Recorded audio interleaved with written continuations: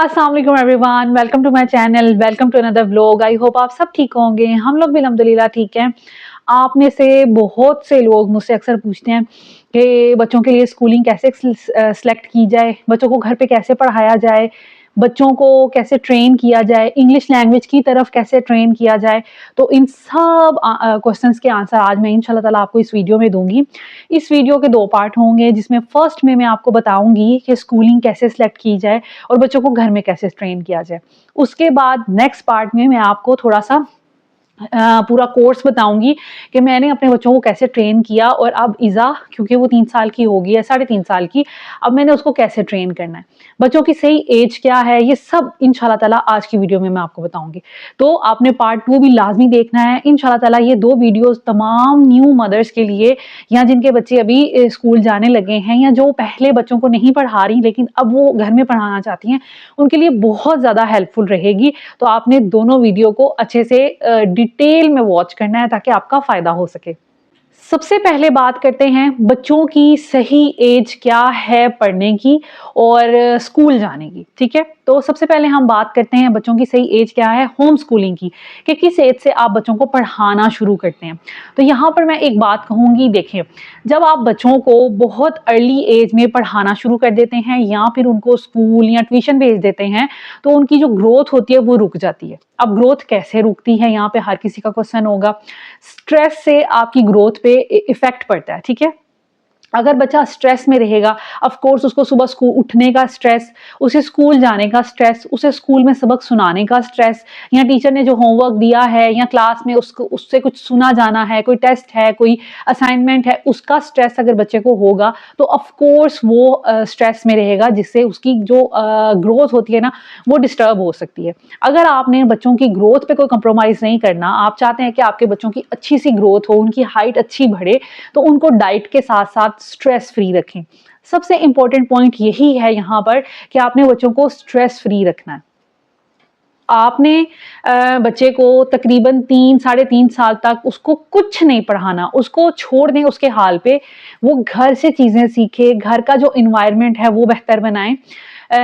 उसके साथ जो बाकी बहन-भाइयों का इंटरेक्शन है वो हेल्दी होना चाहिए, बाकी बड़ों का इंटरेक्शन हेल्दी होना चाहिए, पेरेंट्स का इंटरेक्शन हेल्दी होना चाहिए, फिर बच्चा बहुत सी चीज़ें सीखता है। और वो खुशी-खुशी, और आपको पता भी नहीं होता कि बहुत सी चीज़ें बच्चा ऑफ कोर्स सीख रहा होता है। वो कहते हैं ना कि माँ की गोद इंसान की पहली दरसगाह होती है, तो ये बिल्कुल बात ठीक है। घर का जो एनवायरनमेंट होता है, उसकी माँ का जो पर्सनैलिटी है, माँ की जो स्पीकिंग है, वो बच्चे पे बहुत असर डालती है, क्योंकि फादर्स जो हैं वो मोस्टली अपने जॉब्स पे, अपने बिज़नेसेस को टाइम दे रहे होते हैं सुबह से शाम तक, तो मदर के पास बच्चे ने ज़्यादातर रहना होता है। अब इस सिचुएशन में जॉइंट फैमिली सिस्टम भी होता है, लेकिन उसमें ये है कि आप अपने बच्चे पे चेक एंड बैलेंस रखें। आपके बच्चे पे आपका इन्फ्लुएंस होना चाहिए, ना कि किसी और का, ठीक है? आप उसको क्वालिटी टाइम दें, उसको सेपरेट टाइम दें जिसमें आपने उसको अच्छी-बुरी बातें सारी सिखानी है, ठीक है? बच्चों के ब्रॉट अप पे मैं पहले भी बहुत सी वीडियो बना चुकी हूँ, आप लोग वो ज़रूर देखें और उससे आपको काफ़ी पता चलेगा कि बच्चे की ज़िद वगैरह कैसे कंट्रोल करनी है, तो वो एक अलग जिसे कहते हैं कि टॉपिक है। तो अब आज का टॉपिक जो है, सबसे पहले आपने बच्चे को स्ट्रेस फ्री रखना है, उसके बाद आपने घर का एनवायरनमेंट ऐसा करना है कि बच्चा थोड़ी बहुत अच्छी लर्निंग कर सके, ठीक है? उसके बाद अब घर में बच्चों को क्या एक्टिविटीज़ करवाएँ? घर में बच्चों को कोशिश करें कि हेल्दी एक्टिविटीज़ होनी चाहिए, जस्ट लाइक अगर उसका स्क्रीन टाइम आप दे रहे हैं बच्चे को, फर्स्ट आपका जो स्क्रीन टाइम है बच्चे का, वो चेक एंड बैलेंस में हो। ऐसा नहीं है कुछ भी टीवी पे लगा के बच्चे को छोड़ दिया और बच्चा जो सीख रहा है वो सीखता रहे, ऐसा नहीं है। आपने बच्चे को फ़िल्टर्ड चीज़ें दिखानी हैं। आपके हाथ में कंट्रोल होना चाहिए, बच्चा अच्छी पोएम्स देखे, जो बहुत छोटे लेवल पे बच्चे होते हैं ना, बिल्कुल अभी टोडलर्स हैं। तो बच्चे जो हैं वो अच्छी पोएम्स देखें, अच्छे प्रोग्राम्स देखें। प्रोग्राम्स अब आप उनको बोरिंग की तरफ ना लेके जाएँ। एजुकेशनल प्रोग्राम जो हैं बच्चों के, वो होते हैं 4 टू 5 इयर्स के बाद स्टार्ट, ठीक है? तो इतनी छोटी एज में आप एजुकेशनल प्रोग्राम्स उनको नहीं दिखा सकते, बच्चे का इंटरेस्ट नहीं होगा। जब टोडलर्स को आपने अगर स्क्रीन टाइम देना है, तो उसमें आपने कोशिश करनी है उनको कोई भी अच्छी पोएम्स, राइम्स बच्चों को एजुकेशनल दिखाएँ, जिसमें कलर्स के बारे में डिस्कस हो, या जिसमें फ्रूट्स के बारे में, एनिमल्स के बारे में, इसके अलावा मैनर्स के बारे में। आजकल आपको पता है कि बहुत अच्छी-अच्छी पोएम्स आ गई हैं, बड़ी कलरफुल सी भी हैं। दूसरा ये कि एजुकेशनल है, तो बच्चे को वो सिखाएं। उससे क्या होगा, बच्चा जो है अच्छी चीजें देखेगा, उसके दिमाग में वो चीजें जाएंगी, वो अच्छी चीजें ही बोलेगा, और ऐसे आपके बच्चे की 50% लर्निंग हो जाएगी। जैसे वो घर से ही कलर्स नेम सीख के गया होगा, पार्ट्स ऑफ बॉडी सीख के गया होगा, एनिमल नेम, फ्रूट्स नेम, इस तरह की चीजें काफी हद तक बच्चा घर से ही स्कूल जब जाएगा उसने सीखी होंगी, और आपको सिखाने की जरूरत नहीं पड़ेगी। जब बच्चे एंटरटेन होते हुए ही कुछ चीज सीख रहे होते हैं तो वो ज्यादा अच्छे तरीके से सीखते हैं और उनको याद रहती है। तो आप जब उनको हेल्दी और अच्छी एक्टिविटीज में इन्वॉल्व करेंगे, उनको अच्छी पोएम्स, राइम्स वगैरह दिखाएंगे, तो बच्चे उनको सीख भी रहे होंगे, साथ साथ इंजॉय भी कर रहे होंगे। तो कोशिश करें कि उनके जो प्रोग्राम्स हैं वो आपने सेलेक्ट करने हैं, और आपने ही उनका स्क्रीन टाइम रखना है 1 घंटा या 2 घंटे, इससे ज़्यादा नहीं, और वो टीवी पे होना चाहिए ताकि आप चलते फिरते उनको देख सके, उनको मॉनिटर कर सके कि बच्चा हमारा क्या सीख रहा है, क्या देख रहा है। ठीक है। उसके बाद एक पॉइंट यहाँ पर मैं डिस्कस करूंगी कि बच्चे को जो है आपने कौन सी लैंग्वेज सिखानी है। देखें, आजकल जो इंग्लिश लैंग्वेज है ना, वो प्राइमरी लैंग्वेज है सारे हमारे स्कूल्स में। इसके अलावा आप कहीं पे भी वर्क प्लेस है, कोई भी अब इंस्टीट्यूट है, उसमें इंग्लिश लैंग्वेज ज़्यादातर बोली जाती है। आप कंट्री से बाहर चले जाते हैं, वहां पर भी इंग्लिश सबको समझ आती है। आजकल के जो स्कूल हैं वो टोटली इंग्लिश बेस हो चुके हुए हैं, तो कोशिश करें बच्चों को इंग्लिश लैंग्वेज सिखाएं। अब यहाँ पे अक्सर लोग मुझसे डिफर करेंगे कि इंग्लिश लैंग्वेज नहीं सिखानी चाहिए, क्यों आप प्रमोट कर रही हैं इंग्लिश लैंग्वेज, या अपनी नेटिव लैंग्वेज या मदर लैंग्वेज या आप अपनी नेशनल लैंग्वेज को क्यों नहीं प्रमोट करी। देखें, जो नेशनल लैंग्वेज होती है या आपकी मदर लैंग्वेज होती है, वो बच्चा सीख ही रहा होता है, वो घर में आप बोल रहे होते हैं। घर में आपका इन्वायरमेंट जो होता है, आपकी सास हैं, घर में दादा दादी हैं, नाना नानी हैं, चाचा हैं, ताया हैं, सब उर्दू या जो भी आपकी नेटिव लैंग्वेज है वो बोल रहे होते हैं। ठीक है। लेकिन इंग्लिश को हम इसलिए प्रमोट करते हैं क्योंकि स्कूल्स वगैरह में इंग्लिश चलनी है। बच्चे आजकल जैसे फातिमा हैं, फातिमा ज़ैनब के स्कूल में एक बच्चे को मॉनिटर बनाया जाता है, उसकी ड्यूटी होती है, वो लैंग्वेज पुलिस है। ठीक है। तो कभी फातिमा की होती है, कभी किसी दूसरे बच्चे की होती है, उसने कंट्रोल करना होता है। बच्चे किसी और लैंग्वेज में बात करे तो वो फिर उसको टोक देता है या टीचर को बताता है कि ये बच्चा इंग्लिश में बात नहीं कर रहा। तो जब पूरा इन्वायरमेंट ही ऐसा है तो हमें भी गो विद द फ्लो जाना पड़ता है। ठीक है। तो फ्लो के साथ जाएं और बच्चों को इंग्लिश लैंग्वेज आप सिखाएं, ताकि आगे जाके उनको स्कूल में जाके वो एलियन की तरह रिएक्ट ना करें कि भाई हमें तो ये लैंग्वेज नहीं आती है, हमें कुछ समझ नहीं आ रहा। तो घर से ही उनको इस चीज की ट्रेनिंग दें आपने उनको। और एक और बात, कोशिश करें कि जितने भी प्रोग्राम्स बच्चे देखें, अगर डिफरेंट लैंग्वेज में देखेंगे, जैसे एक बच्चा उर्दू देख रहा है, हिंदी देख रहा है, अरबिक देख रहा है, या फिर साथ में वो इंग्लिश भी देख रहा है, तो बच्चे कंफ्यूज हो जाते हैं। उनको लैंग्वेज में कंफ्यूज ना करें, घर की जो लैंग्वेज है वो सीख लेंगे। ठीक है। वो क्योंकि उनके वो जिसे कहते हैं कि घर के इन्वायरमेंट में है, उनकी अपब्रिंगिंग में वो चीज़ आ रही है, वो सीख लेते हैं। उसके अलावा थर्ड लैंग्वेज कोई बच्चा सीखेगा तो वो परेशान हो जाएगा। इसके अलावा इंग्लिश अगर सीखेगा तो इंग्लिश क्योंकि काफ़ी बच्चों को समझ आती है, हम पेरेंट्स भी अक्सर वर्ड्स इंग्लिश में बोल रहे होते हैं। आजकल के तो पेरेंट्स भी माशाल्लाह बहुत एडवांस हो चुके हुए हैं। तो उस सूरत में क्या होता है कि बच्चा ऑलरेडी इंग्लिश घर से भी सीख रहा होता है, टीवी से भी सीख रहा होता है, फिर स्कूल जाके भी वो सीखता है और वहां पे भी इम्प्लीमेंट करता है। तो कोशिश करें कि आप बच्चे को 2 लैंग्वेजेस एक टाइम पे रखें, कुछ थर्ड या फोर्थ लैंग्वेज ना रखें। ऐसे बच्चा बहुत ज्यादा कंफ्यूज हो जाएगा, तो हमने बच्चे को कंफ्यूज नहीं करना। उसके बाद हम आ जाते हैं, बच्चे को आपने हेल्दी एक्टिविटीज करवानी है। अगर वो अब जैसे बच्चा हो गया 3 साढ़े 3 साल का, उसके बाद आपने उसके साथ साथ ही आप, बल्कि आप 2 ढाई साल का बच्चा होता है, उसको ऐसे टॉयज ला के दें जिससे वो थोड़ा बहुत लर्न करे। बहुत ज्यादा आपने स्ट्रेस नहीं उसकी लर्निंग पे देना, हल्का हल्का उसको बताना है। अगर वो अच्छे से एक्सेप्ट कर रहा है, उसके अंदर अच्छे से चीजें अब्जॉर्ब वो कर रहा है तो ठीक है, अदरवाइज आप उसको उसके हाल पे छोड़ें, अभी उसको खेलने दें, इंजॉय करने दें। अगर बच्चा अच्छा लर्न कर रहा है तो उसको आप ब्लॉक्स ला के दे सकते हैं, एनिमल्स टॉयज ला के दे सकते हैं, आप उसको कोई भी अच्छी एजुकेशनल चीज़ें ला के दे सकते हैं। बच्चे को आप रीडिंग करवा सकते हैं, उसको स्टोरी बुक्स वगैरह इंजॉय करवा सकते हैं। तो इस तरह की चीज़ें आप उसको दे सकते हैं ताकि वो उसकी खेल के साथ साथ लर्निंग भी हो जाए। अब ब्लॉक्स जो होते हैं वो उसमें कलर्स भी आ जाते हैं, शेप्स भी आ जाती हैं। ठीक है। और बच्चा जो है वो उसकी कोऑर्डिनेशन भी अच्छी होती है कि उसने अगर एक टावर बिल्ड करना है, उसने किस तरह करना है, उसने चीज़ों को बैलेंस कैसे करना है, ये सब चीज़ें बच्चे बड़ा अच्छे से सीख लेते हैं ब्लॉक्स के साथ। इसके बाद एनिमल वाले बहुत से टॉयज़ मिलते हैं, जिसमें बर्ड्स वाले भी मिलते हैं, एनिमल वाले हो गए या फिर आपको फ़िश वाले मिल गए। तो इस तरह की कोई एक्टिविटीज़ आप घर में बच्चों को ला सकते हैं, आप उसके नाम उसको याद करवा सकते हैं और बच्चा उसके साथ खेल भी रहा होता है, at the same time learn भी कर रहा होता है। तो ये बहुत ज़्यादा इम्पोर्टेंट चीज़ है, आपने ये वाले इस तरह के टॉयज़ पे इन्वेस्ट करें। इसके अलावा और भी बड़े एजुकेशनल अबैकस है या और भी डिफरेंट तरह के बच्चों के टॉयज़ आते हैं, आप बच्चों को टूल्स ला के दे सकते हैं। आप बच्चों को कुकिंग के टॉयज़ ला के दे सकते हैं, जो प्रिटेंड टॉयज़ होते हैं उसमें भी बच्चा कुछ ना कुछ लर्न कर रहा होता है, how to hold a glass, how to pour water, इस तरह की चीज़ें। तो बच्चे उससे भी काफ़ी हद तक सीख रहे होते हैं, तो आप ये काम भी कर सकते हैं। उसके बाद अब बच्चे की सही एज क्या है पढ़ाई की? पहले बच्चे को स्ट्रेस फ्री रखना है, थोड़ा-सा उसका स्क्रीन टाइम देना है, वो अच्छे से देख ले चीज़ें, उनको सीखता है तो ठीक है, अदरवाइज़ आप उस पे स्ट्रेस नहीं देंगे। उसके बाद एजुकेशनल टॉयज़ आप उसको ला के दे सकते हैं, टॉयज़ से वो उसकी लर्निंग हो सकती है। अब बच्चे की एज आ गई 3.5 से 4 साल की उम्र, ठीक है? इस एज में आप उसको हल्का-हल्का फ़ैमिलियर करें पेंसिल के साथ, उसको, क्योंकि छोटी एज में मैं पेंसिल देने के खिलाफ हूँ, बच्चे चोट लगा सकते हैं खुद को या किसी और बच्चे को। इसीलिए आपने उसको इतनी जल्दी पेंसिल्स वगैरह नहीं देनी, 3.5 से 4 साल के बच्चे को काफ़ी हद तक समझ आ जाती है। उस एज में आप उसको पेंसिल्स वगैरह देना शुरू करें, कलरिंग करना शुरू करें, वो लाइन्स ड्रॉ करेगा, वो पेज को ख़राब करेगा, इट्स ओके, उसको करने दें। उसके बाद उसको थोड़ा बहुत आप पढ़ाना शुरू करें। इंशाल्लाह ताला पूरा कोर्स मैंने बनाया हुआ है, मैं आपको नेक्स्ट वीडियो में आपके साथ शेयर करूँगी। बहुत इफ़ेक्टिव वो कोर्स है और आपने कैसे उसको मैंने बनाया है, क्यों बनाया है, बाज़ार से क्यों नहीं कोई चीज़ ली, वो भी सारा एक्सप्लेन उस वीडियो में करूँगी।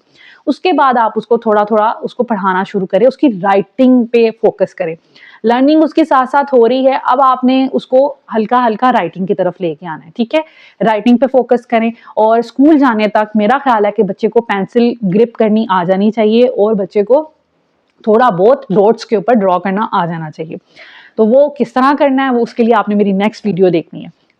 यहाँ पर ये है कि अब बच्चे की थोड़ी बहुत रीडिंग रीडिंग जिसे कहते हैं, आप थोड़ा विजुअल बुक्स वगैरह या ब्लॉग्स के साथ कलरिंग, पार्ट ऑफ बॉडी और इस तरह की चीज़ें उसको करवाएँगे। उसके बाद बच्चे की राइटिंग आ गई, बच्चे का राइट करवाना है आपने, उसके बाद आपने उसको बस फ्री हैंड छोड़ देना है, फिर राइटिंग की जितनी प्रैक्टिसेस हो जाएँ, उतनी आपने प्रैक्टिस करवानी है, ठीक है? तो ये बच्चे की रीडिंग या राइटिंग होगी।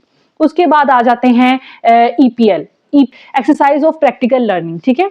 इसमें ये होता है कि बच्चा जो है ना अपने डेली लाइफ से चीज़ें सीख रहा होता है। आजकल तो ये स्कूल में पढ़ाई जाती है, ठीक है? कि आपने बटन कैसे बंद करने हैं, आपने लेसिस कैसे लगाने हैं, आपने ग्लास को होल्ड कैसे करना है, पोर उसमें कोई चीज़ कैसे करनी है, चीज़ों को काउंट कैसे करना है। तो ये सब चीज़ें आजकल सिखाई जाती हैं।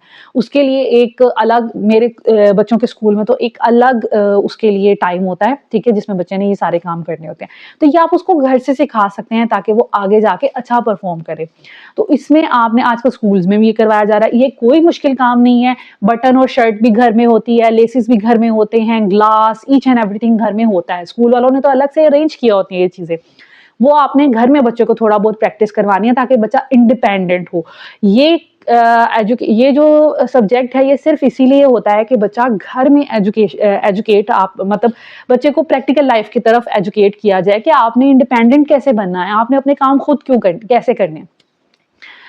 बनाना को कैसे पील करते हैं, मेरी बच्चों के लिए यही होता था कि स्कूल वाले कहते थे कि बनाना लेके आएँ, बॉइल्ड एग लेके आएँ, कि एग को आपने कैसे पील ऑफ करना है, आपने बनाना को कैसे करना है।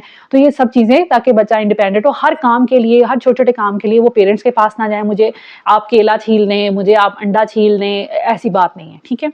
तो ये अब आपने घर में इन चीज़ों का थोड़ी बहुत प्रैक्टिसेस कराते जाएँ, जैसे ही बच्चा थोड़ा बड़ा हो उसको इंडिपेंडेंट करें। अब जो इज़ा है वो माशाल्लाह अब मैंने उसको टोटली करवा दिया है कि अब वो अपने हाथ से खाए, उसके आगे रख देती हूँ वो खाती है। वैसे तो शुरू एज से ही जैसे अब ज़ावियार है, ज़ावियार को भी मैं कहती हूँ कि वो अपने हाथ से खाए, उसके आगे खाना रख देते हैं, कुछ गिराता है, कुछ कपड़ों पे गिराता है, कुछ फ्लोर पे गिराता है और कुछ खा भी लेता है। उससे क्या होता है बच्चा थोड़ा इंडिपेंडेंट हो जाता है और ये उसकी लर्निंग के लिए बहुत अच्छा है, उसकी स्किल्स के लिए बहुत अच्छा है, उसकी कोऑर्डिनेशन के लिए बहुत अच्छा है। तो इसलिए आप इज़ा को भी हम कहते हैं कि वो अपने हाथ से खाए, अब वो ट्रेन हो आहिस्ता-आहिस्ता, तो वो हो रही है। तो ये काम आपने लाजमी करना है, उसको ईपीएल की तरफ लेके जाना है, एक्सरसाइजेस करवानी है, अपनी पूरी इन्वायरमेंट से उसकी लर्निंग की, पौधों को पानी कैसे देना है, ये सब चीज़ें, ठीक है। तो ये आपने लाजमी तौर पर इस पे भी फोकस करना है। उसके बाद सबसे इम्पोर्टेंट बात कि बच्चे को किस एज से स्कूल में एडमिशन करवाएं। देखिए एज अ मदर, ठीक है, मैंने अपने बच्चों को 4.5 साल की एज में एडमिशन करवाया था। इस दौर से निकल आए कि बच्चा 15 साल की उम्र में मैट्रिक कर ले, 14 साल की उम्र में मैट्रिक कर ले, ये कोई बहादुरी नहीं है। बच्चे की लर्निंग स्ट्रांग होनी चाहिए, उसके कॉन्सेप्ट क्लियर होने चाहिए, चाहे वो 16-17 साल की उम्र में मैट्रिक करे, मेरा ये मानना है। आजकल कोई दौड़ नहीं लगी हुई, age is just a number, बच्चे की अंडरस्टैंडिंग अच्छी होनी चाहिए। आपने बच्चे को 2.5 साल की उम्र में स्कूल दाखिल करवा दिया, उसको कुछ समझ नहीं आ रही, वो अपने फ्लो के साथ जाता जा रहा है, अगली क्लासेस में जा रहा है, उसकी ग्रिप अच्छी नहीं बन रही, उसकी अंडरस्टैंडिंग अच्छी नहीं हो रही, उसको कॉन्सेप्ट अच्छे से क्लियर नहीं हो रहे, उसके पहले प्ले ग्रुप में अच्छे नहीं हुए, फिर बर्डन है नर्सरी का, नर्सरी के अच्छे नहीं हुए, उसमें टूटे फूटे हैं, फिर प्रेप और फिर 1 और 2 क्लास, तो मतलब इस तरह ऑनवर्ड क्लासेस में वो जाता तो जा रहा है, प्रमोट होता जा रहा है, लेकिन उसकी अंडरस्टैंडिंग अच्छी नहीं है।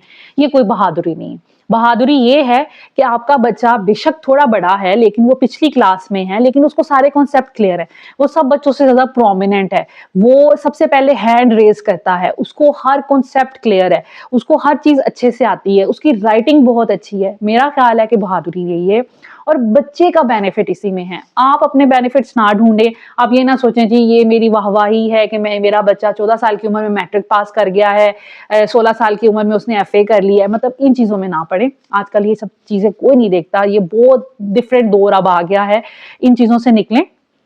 कोशिश करें कि आप अपने बच्चे का कॉन्सेप्ट उसके क्लियर होने चाहिए, उसकी अंडरस्टैंडिंग स्ट्रांग होनी चाहिए। एज मैटर नहीं करती। मैंने अपने बच्चों को 4.5 साल की उम्र में स्कूल एडमिशन करवाया, उसके बाद प्ले ग्रुप में करवाया। मुझे कोई दौड़ नहीं थी, जंप बच्चों को नहीं करवाना चाहिए, मैं ये समझती हूँ बच्चों को जंप नहीं करवाना चाहिए, क्लासेस स्किप नहीं करवानी चाहिए। हर क्लास में बच्चा नया कॉन्सेप्ट सीखता है, नए मैथ्स के, साइंस के, इंग्लिश के, ग्रामर है, बहुत सी चीजें हैं। जब आप जंप करवाते हैं उसका वो पूरा साल जो है वो खत्म हो गया, जो बच्चों ने आहिस्ता आहिस्ता चीजें की हैं, ठीक है। फिर उसको जब कोई नया कॉन्सेप्ट आगे से स्टार्ट होता है वो कंफ्यूज हो जाता है। तो जंप ना करवाएं, आप बच्चे को शुरू से क्लास में दाखिल कराएं। हाँ, इस चीज में आप ये काम कर सकते हैं, अगर अफोर्डेबिलिटी का इशू है, अगर ये इशू है कि आपने बच्चे को 1 साल इतनी ज्यादा फीस उसकी नहीं पे करनी, आपने उसको प्ले ग्रुप में नहीं पढ़ाना, फिर घर में पढ़ाएं, और जो मैं आपको इंशाल्लाह ताला जो पैटर्न दूंगी उससे पढ़ाएं, बच्चे के सारे कॉन्सेप्ट क्लियर हो जाएंगे, फिर आप उसको नर्सरी में एडमिशन करवा सकते हैं। मेरा ये मानना है, मेरा और मेरे हस्बैंड का, कि हम लोगों की कोशिश यही होती है कि बच्चे जो हैं वो स्टेप बाय स्टेप चलें, प्ले ग्रुप से पढ़ें, ताकि वो अगली क्लास में जाकर या नई जब उनका नर्सरी में एडमिशन हो, वो बिल्कुल ये ना फील करें कि यार मुझे तो कुछ आता ही नहीं है, ये क्या बातें कर रहे हैं, ये क्या दुआएं याद कर रहे हैं, ये क्या कॉन्सेप्ट कर रहे हैं, उनको कुछ ना बताओ। तो शुरू से वो पढ़ें ताकि थ्रू आउट उनका कोई चीज मिस ना हो। तो मेरा तो यही मानना है कि स्कूल में एडमिशन कराने की सही एज है 4 to 4.5 and 5 years, ठीक है। उसमें बच्चा स्ट्रेस नहीं लेता स्टडी की, बहुत सी चीजें वो घर से सीख के आया होता है, जब वो स्कूल जाता है तो बस मजीद उसको पॉलिश करने वाली बात होती है। बहुत सी लर्निंग उसने घर में खेलते खेलते कर ली, उसके बाद वो स्कूल गया और अब प्रैक्टिकल लाइफ स्टार्ट हो गई है, ठीक है। एक दफा प्रैक्टिकल लाइफ स्टार्ट हो जाए तो फिर तो थ्रू आउट चलती रहती है। तो ये आपने काम करना है, एज अगर आप, मेरा क्योंकि एक्सपीरियंस है 2 बच्चों का और अब 3rd ईजा है, ठीक है, तो मेरा माशाल्लाह 3 अब बच्चों का एक्सपीरियंस होने वाला है, मैं अपने एक्सपीरियंस पे बात कर रही हूँ। ऐसे बच्चे बहुत अच्छा परफॉर्म करते हैं, आगे जाके पोजीशन होल्डर्स बनते हैं। अब फातिमा ज़ैनब अल्हम्दुलिल्लाह बहुत अच्छे मार्क्स लेती हैं और इनकी पोजीशंस आती हैं फर्स्ट सेकंड से कभी नीचे नहीं ये गई, अल्हम्दुलिल्लाह अल्हम्दुलिल्लाह। लेकिन ये कि इसीलिए क्योंकि इनकी लर्निंग बहुत अच्छी होगी, कॉन्सेप्ट क्लियर है और ये खुशी खुशी स्कूल जाती हैं। सबसे मुश्किल काम ये होता है सुबह उठा के बच्चों को, जब आप स्कूल भेजते हैं ना 2.5 साल के बच्चे को, तो वो बहुत रोता है, वो परेशान होता है, स्कूल में जाके उसका इतना टाइम वेस्ट होता है रोने में, और फिर टीचर्स उसको पैम्पर कर रही होती हैं, कोशिश कर रही होती हैं प्यार करने की, लेकिन वो संभलता नहीं है। जब बच्चा 4 साल का हो जाता है ना, वो देखता है इर्द-गिर्द सब स्कूल जा रहे हैं, फिर उसमें अर्ज पैदा होती है कि मैंने भी जाना है। तो इस सिचुएशन में बच्चा खुशी-खुशी, अब फ़िज़ा है वो हमें तंग करती है कि मेरा एडमिशन करवाएँ, मेरा एडमिशन करवाएँ। हालाँकि अभी वो 4 इयर्स की नहीं हुई, लेकिन उसको बहुत शौक है क्योंकि वो देखती है बहनें जा रही हैं स्कूल, तो वो जब स्कूल जाएगी वो बिल्कुल भी नहीं रोएगी। एक दिन मैंने एक्सपेरिमेंट भी किया था उसको स्कूल भेजने का, लेकिन वो बिल्कुल भी उदास नहीं हुई क्योंकि उसको बहुत शौक है स्कूल जाने का। तो जब आप बच्चे को स्ट्रेस फ्री रखते हैं और उसकी एक प्रॉपर एज आ जाती है, फिर वो खुशी-खुशी स्कूल जाता है, स्कूल का काम खुशी-खुशी करता है। जब आपने पहले ही बच्चा इतना छोटा है, उसको स्ट्रेस हो रही है सुबह उठने की, खाना खाने की, स्कूल जाने की, तो वो अच्छा परफ़ॉर्म नहीं कर सकता। तो बच्चों की सही एज जो है वो मेरा ख़्याल से यही है कि 4 इयर्स तक आप बच्चों को स्कूल में एडमिशन करवाएँ, ताकि वो खुशी-खुशी स्कूल जाएँ, उनको सब चीज़ें समझ आएँ, उनको याद हों और फिर आहिस्ता-आहिस्ता वो अच्छे कॉन्सेप्ट सीखें और पढ़ें और पढ़ाई में दिल लगाएँ। तो मेरा ख़्याल है कि ये सही एज होनी चाहिए। आई होप कि इस वीडियो में मैंने काफ़ी चीज़ें एक्सप्लेन कर दी हैं, जो कि सारी मदर्स के क्वेश्चंस होते हैं। अगर कोई और क्वेश्चन आपके माइंड में है तो ज़रूर मुझे बताइएगा। अब मैं बात करती हूँ जी कि सही स्कूल क्या है बच्चों को एडमिशन कराने के लिए। तो सही स्कूल में क्या-क्या क्वालिटीज़ होनी चाहिए, ये मैं थोड़ा-सा आपको एक्सप्लेन कर दूँ। जब आपने एडमिशन के लिए जाना है, पहले तो अपने इर्द-गिर्द सारे स्कूल्स को चेक करें। ऐसा नहीं है कि आपको वो चेक नहीं करने देंगे। जब आपने स्कूल जाना है, आपने सब स्कूलों को टेस्ट करना है। एक दिन रखें अपने हस्बैंड का, जिसमें आपने सारी इन्फॉर्मेशन लेनी है। Fees is a secondary thing, ठीक है? आई नो बहुत लोगों के लिए ये प्राइमरी थिंग होगी, लेकिन आप ये देखें कि सब स्कूल में आपके, उसमें आपने सबसे पहले चेक करना है बिहेवियर ऑफ प्रिंसिपल या जो भी आपको अटेंड कर रहा है, ठीक है? आप उसका बिहेवियर चेक करें, वो कितना वेलकमिंग है, वो कितना अच्छा है और वो कितना कोऑपरेटिव है। ये आपने चीज़ सबसे ज़्यादा देखनी है, ठीक है? ऐसा नहीं है कि उसको फ़र्क ही नहीं पड़ रहा या वो कन्विंसिंग नहीं है उसका बिहेवियर या फिर रूड है, ऐसा नहीं, ठीक है? वो बहुत फ्रैंक होना चाहिए आपके साथ, कन्विंसिंग होना चाहिए और वेलकमिंग होना चाहिए, ठीक है? उसके बाद जहाँ मैं बात करूँगी स्टाफ, आपने फिर देखना है कि स्टाफ कैसा रखा हुआ है, ठीक है? स्कूल का एनवायरनमेंट कैसा है, इन्होंने अपने स्कूल को कितना अच्छा डेकोरेट किया हुआ है, लाइक वो इन चीज़ों पे भी फोकस कर रहे हैं कि नहीं कर रहे। स्कूल का स्टाफ कैसा है, वो कितना वेलकमिंग है या वो कितना लाइक उनकी जिसे कहते हैं अपीयरेंस कैसी है। अपीयरेंस बहुत मैटर करती है क्योंकि जब आपके हेड ने आपकी अपीयरेंस पे फोकस नहीं करना, आप कुछ किसी भी तरह के रफ कपड़े भी पहन के आए हुए हैं, स्कूल में काम चल रहा है, नहीं। एक डिसिप्लिन नज़र आना चाहिए, ठीक है? उसमें आपकी अपीयरेंस में भी डिसिप्लिन नज़र आना चाहिए कि टीचर्स ने कैसे कपड़े पहने हुए हैं, कैसे जूते पहने हुए हैं, वो कैसा तैयार होके आई हुई हैं। दैट मीन्स कि वो सीरियस हैं कि नहीं सीरियस, ठीक है? ये आपको बैठे-बैठे ही एनवायरनमेंट में चीज़ें जब जब आप वेट कर रहे होते हैं अपनी बारी का या प्रिंसिपल से मिलने का, आपको पता चलना शुरू हो जाती हैं कि भई इनका एनवायरनमेंट कैसा है, इनका कल्चर कैसा है, स्कूल का कल्चर कैसा है। तो ये आपने देखना है कि सबसे पहले प्रिंसिपल का बिहेवियर, उसके बाद स्कूल का एनवायरनमेंट या डिसिप्लिन, ठीक है? कल्चर कैसा है टीचर्स का या स्टाफ का, उसके बाद पूरे स्कूल का कल्चर कैसा है, डिसिप्लिन है कि नहीं है, बच्चे बाहर घूम फिर तो नहीं रहे, ब्रेक टाइम अगर है तो फिर तो ठीक है, लेकिन ब्रेक के बाद अगर टाइम है तो बच्चे फजूल कहीं इधर-उधर घूम तो नहीं रहे। ये थोड़ा-सा आपने देखना है, जब आप विजिट भी करेंगे क्लासेस वगैरह को, तो भी आपको काफ़ी हद तक पता चल जाए। स्कूल का जो डिसिप्लिन है वो भी बहुत मैटर करता है। उसके बाद जो सबसे इम्पोर्टेंट चीज़ है, टीचर्स की कम्युनिकेशन कैसी है, टीचर किस तरह बात कर रही हैं, उनके बात करने से क्या आपको अंदाज़ा हो रहा है कि वो हाईली क्वालिफाइड हैं कि नहीं हैं, वो कितना अच्छा इंग्लिश में बात कर रही हैं, उनकी बॉडी लैंग्वेज कैसी है, ढीली-ढाली तो नहीं है, क्या वो एक्टिव हैं और प्रोफेशनल लग रही हैं कि नहीं लग रही, ये सब चीज़ें मैटर करती हैं। उसके बाद आपने उनसे कहना है कि जी हमारा बच्चा जिस भी क्लास में अब एडमिशन लेगा, उसका हमें सिलेबस दिखाएँ। सिलेबस में क्या चीज़ें हैं, कौन-सी बुक्स कंपनी उन्होंने लाइक उनका जो सिलेबस है वो किस कंपनी का है, जैसे ऑक्सफोर्ड या अच्छी बुक्स होती हैं, ठीक है? उनका है या किसी बिल्कुल लोकल पब्लिशर का है। अच्छा ये मैटर भी नहीं करता लोकल पब्लिशर या कोई अच्छा पब्लिशर, उसमें मैटर ये करता है कि आपने खोल के देखना है उसमें जो आपके चैप्टर्स हैं, एक्सरसाइज़ेज़ हैं, क्या उसमें सारे कॉन्सेप्ट क्लियर हो रहे हैं? उसका फॉर्मेट क्या है? कैसा बना है? बच्चों के क्लास के लिहाज से क्या ईज़ी है, क्या डिफ़िकल्ट है, क्या बिल्कुल ही थका हुआ है? ये सब चीज़ें आपने थोड़ी बहुत देखनी है। जिस क्लास के लिए आपने एडमिशन लेना है उसका पूरा बुक सेट मँगवाएँ, उसका आप पैटर्न या सिलेबस या जो प्लानर होता है वो मंगवाएं और उसको अच्छे से देखें और फिर जज करें कि क्या ये अच्छा पढ़ा रहे हैं, डेली बेसिस पे कितने काम मिल रहे हैं और क्या बहुत ज़्यादा बर्डन तो नहीं डाला हुआ घर वालों पे, या स्लोली स्लोली आपको काम करवा रहे हैं। री कितनी दफ़ा हो रही है, जैसे एक काम एक दिन मिला तो मेरा ख्याल है कि 2-3 दिन उसी की प्रैक्टिस होनी चाहिए और फिर नेक्स्ट काम पे आना चाहिए, ताकि बच्चे को अच्छे से अंडरस्टैंडिंग हो।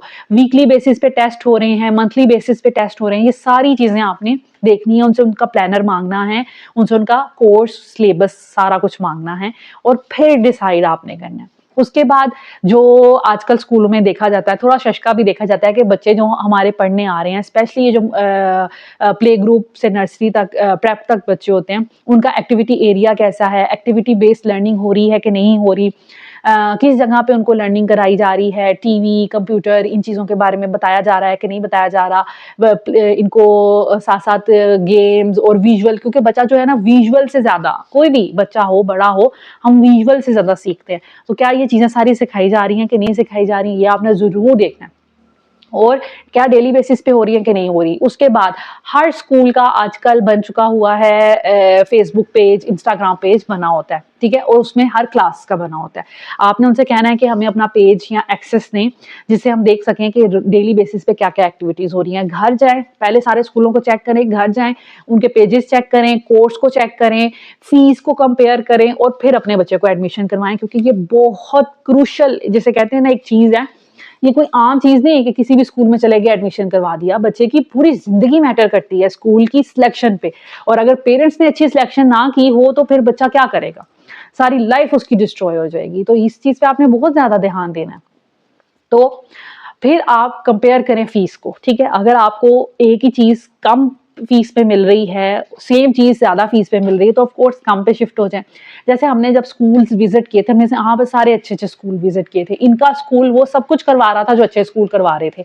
मैं इनके स्कूल से बहुत सैटिस्फाइड हूँ और इनके स्कूल की फीस उस वक़्त बिकन हाउस, सिटी स्कूल और रूट्स वगैरह से कम थी। दैट्स व्हाई मैंने इनको इसी स्कूल में दाखिल करवाया और मुझे अपने डिसीजन पे कोई भी रिग्रेट नहीं है और मैं अल्हम्दुलिल्लाह अभी तक कंटिन्यू कर रही हूँ। यही वजह है कि मैंने अभी तक शिफ्ट होने के बाद भी बच्चों का स्कूल शिफ्ट नहीं किया, क्योंकि मैं अपने बच्चों को डिस्टर्ब नहीं करना चाहती बार-बार स्कूल चेंज करने से। ये भी बड़ा मैटर करता है कि बच्चों को बार-बार स्कूल शिफ्ट ना करवाएँ, वो डिस्टर्ब हो जाते हैं। क्योंकि वो सेट हुए होते हैं अपने क्लास फेलोज़ के साथ, अपने टीचर्स के साथ और फिर अपने एक स्कूल के एनवायरनमेंट के साथ, एक सिलेबस के साथ। जब हम उन्हें अचानक शिफ्ट करवा देते हैं तो फिर उनकी पर्सनैलिटी ख़राब होना शुरू हो जाती है, फिर वो डिस्टर्ब हो जाते हैं और कन्फ्यूज़ हो जाते हैं। ये काम आपने नहीं करना, तो एक ही दफ़ा अच्छी सिलेक्शन करें ताकि बच्चा जो है ना थ्रू आउट फिर अच्छा पढ़े। Thank you so much for watching this video. अगर वीडियो अच्छी लगी हो तो प्लीज़ लाइक एंड शेयर कर लीजिएगा, और इस काबिल लगी हो कि आपको इसमें से कुछ सीखने को मिला हो तो प्लीज़ लाइक कीजिएगा। इंशाअल्लाह ताला मैं अपनी नेक्स्ट वीडियो में आपको सिलेबस इज़ा का दिखाऊँगी कि प्री ग्रुप के प्री नर्सरी के बच्चों को आपने, या प्री स्कूल बच्चों को कैसे, या होम स्कूल के लिए बच्चों को कैसे ट्रेन करना है, तो उसके लिए देखिएगा next video. Thank you so much, take care, अल्लाह हाफ़िज़।